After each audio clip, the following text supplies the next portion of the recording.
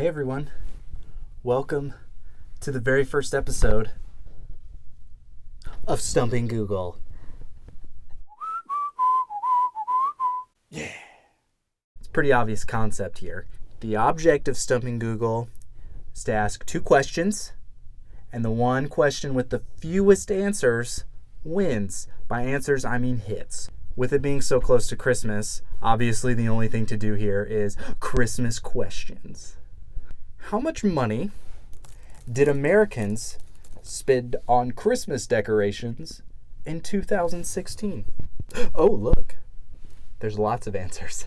Got one from Forbes, Business Insider, Market Watch. Let's see what they have to say. Holiday spending to exceed $1 trillion and other 11 surprising data points of Christmas. Fun. 13% is the percentage of last-minute shoppers. They bought their gifts in grocery stores. You suck, 13%. I don't want your stupid apple and your bananas. Get rid of that fruit basket, that fruit cake. I don't want that grocery store gift. Get out of here. All right, let's keep going. This year, Americans will spend a whopping $6 billion on Christmas decorations, including LED lights, 16-foot-tall inflatable Santas, and pre-decorated Christmas trees. Very, very fun. $6 billion marks the highest amount ever recorded by the National Retail Federation, which started tracking the information back in 2005. Wow, did not know there was a National Retail Federation or that it was tracking information since 2005. Ooh, Christmas trees. Why Americans spend over $1 billion a year on Christmas trees? Oh, tree inflation. That's the answer. That's why people are going to spend more money on Christmas trees, because it costs more. What a stupid answer. Why are they presenting that like it's a new thing? That's like saying, hey, Americans in 2016 or 2017 are going to spend more money on milk than they ever have before. Duh. Because of inflation. People just have more money, so the value of the dollar is a little less. Come on, basic economics. Oh, but this is interesting. Where people choose to purchase their tree from. 12% of people who buy Christmas trees buy it from Walmart. I buy my tree from Walmart.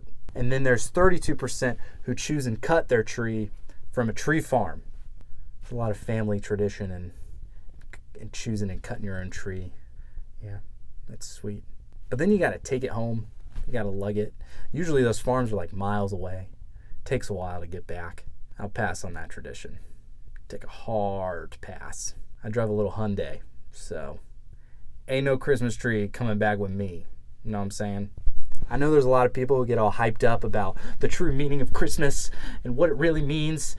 And it's like, dude, just relax. We all know that the true meaning of Christmas is to love each other and give each other hugs. Just relax a little bit.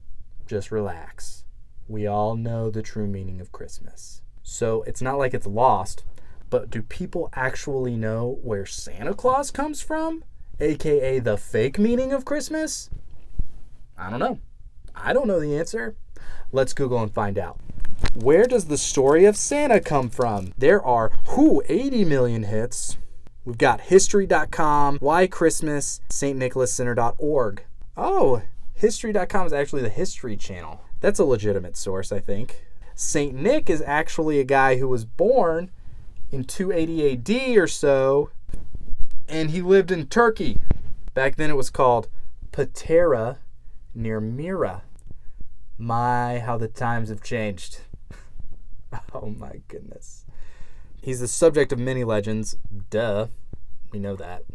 Ooh, that doesn't sound good. And one of them is that St. Nicholas saved 3 poor sisters from being sold into slavery by their father. That's messed up. First off, Dad, you're terrible because you tried to sell your daughters into prostitution. I don't know how impressive that makes St. Nicholas. If anyone saw a dad trying to sell their daughters into slavery and prostitution, they would be like, no, dude, that ain't happening. That's real. Is that really a reason why we should be celebrating Saint Nick? Like, it's not like he stopped the guy from stealing a couple bucks from the convenience store counter. I feel pretty confident if I knew a dad was about to sell his daughters into slavery, I'd be like,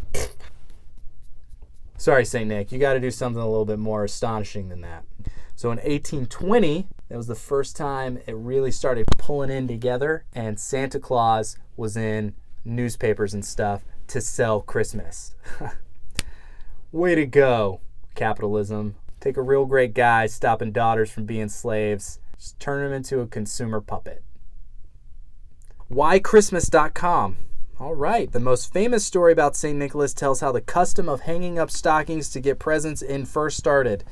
That's a typo. So there's a poor man who had 3 daughters. That sounds a little familiar. So it turns out St. Nicholas gave that poor man the dowries for each of his daughters. And then all of a sudden everyone around town was like, they're getting secret gifts, and they're like, oh, it must be St. Nick. This other one is from stnicholascenter.org. Okay, and it's pretty much the same thing. Oh, look, Patera and Mira in Turkey. And it's just more of the same thing. Oh, he was a bishop. So, cool. Well, the winner of this competition and how much money did America spend on Christmas decorations in 2016 versus where does the story of Santa come from? The winner is how much money did we spend on Christmas decorations in 2016? Because it only got 7,190,000 hits. Yay! St. Nick gave me free stuff. Impressive, Google. Information at the finger of my tips. At my fingertips. That concludes our episode of Stumping Google. I hope you enjoyed it. There's lots more to come. We've got tons of Stumping Google episodes coming. We've also got tons of punk rock folk coming. Lots of great stuff all happening right here on Slapdash Studio. So please, please, please feel free to subscribe and share and comment. Let me know what you think, because I can always make questions and make songs just for you.